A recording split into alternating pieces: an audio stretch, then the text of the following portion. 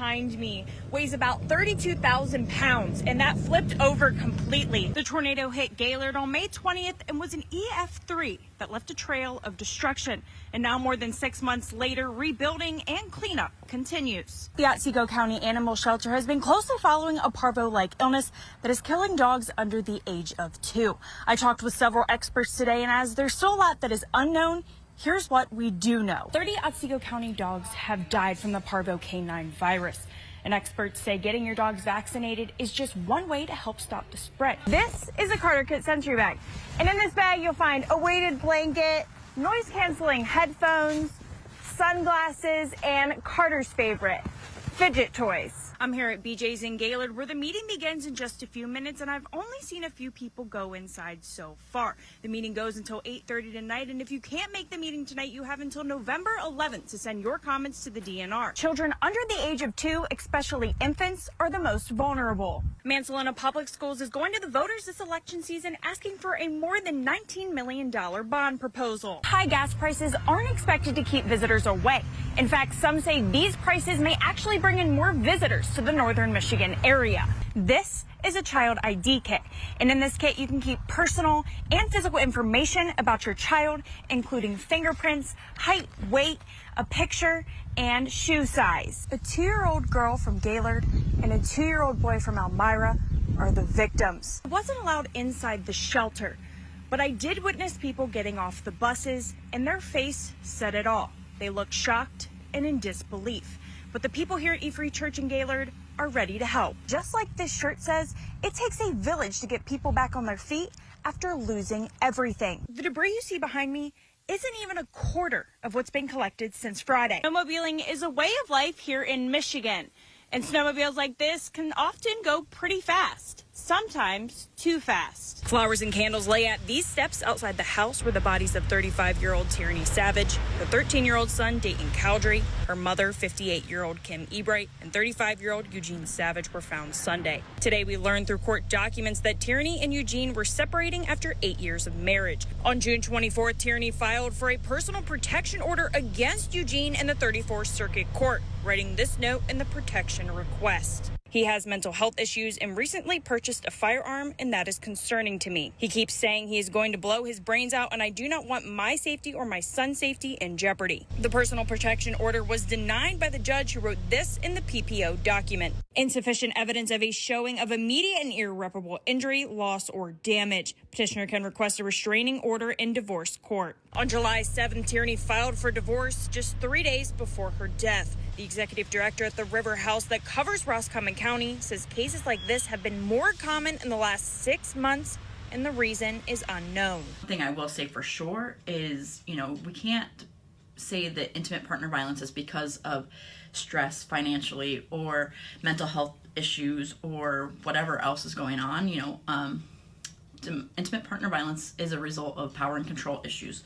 And so whatever level you're at, within that relationship, then it will increase the more stressors you add onto that. So that's something to really, I think, is probably where a lot of this is stemming from. Scott says victims need to know how to maneuver through the court system, and River House and other organizations can help people through that process. When the individual leaves, they are 75% more likely to be in a lethal situation. Because obviously the way the power and control dynamic works is the perpetrator is going to feel more of a loss of control whenever their victim leaves because they're used to that dynamic. And so they will push it to some of those extremes, threatening suicide, threatening homicide. Deb and Faye Wackowiak claim they were overcharged by Michigan's Choice Tree Service after the tornado hit Gaylord in May. The Wackowiaks are just one of 3 people in Otsego County who are fighting these charges. The guy was really slick, really nice and very personable, knew a lot about insurance. And so in my head, I'm thinking, well, let's just get this done. I wasn't really concerned about what he was going to charge, or I just assumed he's a nice guy.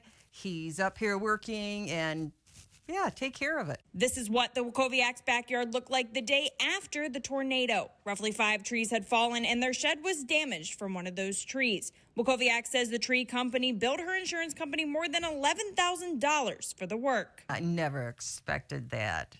And Carol next door had 12 trees, and she got charged $11,000. The third person involved, Karen, I think had less trees than we did. And she got charged $20,000. 3? So it just doesn't make any sense. The insurance company agreed, and the adjuster assigned to the case came up with his own estimation of what the job should cost. He said, in his estimation, the job that David did was worth about $3,000. And we said, okay, and that's what we ended up sending him, was $3,000. We reached out to Michigan Choice Tree Service to ask about the bill. The general manager says the elevated cost is because they treated the job as an emergency. There is going to be a little bit of a difference in cost, maybe a little bit more of an elevated cost compared to, say, a guy that's doing some repair on some siding that's coming 2 months later. We're coming right away as soon as possible. When it happens, right after it happens, we're there. We're there to help when they need help. There's a cost to that. Wachovic's disagrees and says they didn't call the company, that the tree company came knocking on their door. If you look at his billing talks about emergency, emergency, emergency. This wasn't an emergency. I wanted to get it done just to get it cleaned up, but there was no emergency.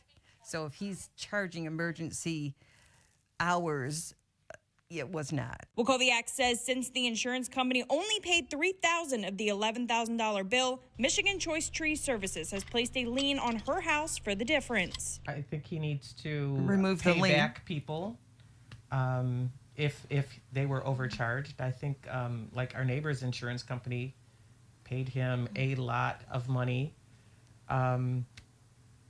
He needs to be stopped from doing this to anybody else. Foster says the lien, which is allowed by Michigan law, is just to protect the company's interest. And we're going to work with their carrier, if they have homeowners insurance, to make sure that the insurance carrier pays as much of our bill as we can possibly get them to pay. This is the car that Sandy Miller was in when the tornado struck. All of a sudden, she said, I think I'm in a tornado.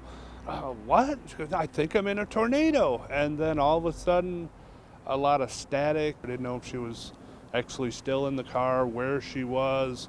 I knew she was on her way home. Sandy is okay, but May 20th, 2022 will live with her forever. Picked me up, which now I know is the tornado, picked me up, and on the right side of the car started to go up, and then the whole car was up, and then next thing I remember is it started rolling. Sandy was at this light when it all happened. She and her SUV eventually landed down the road at the Marathon gas station. When I finally did land, I didn't know how I landed, where I was at. I just looked for the closest way out, which was the sunroof now I know, and I climbed out the sunroof and I just ran to the nearest building, which it seemed like it was a mile away, but it wasn't, to the Marathon gas station. At the same time Sandy was caught up in the tornado, 4 employees and 1 customer were inside Maurice's clothing store next to the Hobby Lobby. When the roof flew off, it broke into pieces. So everything that was holding the roof together, that was falling.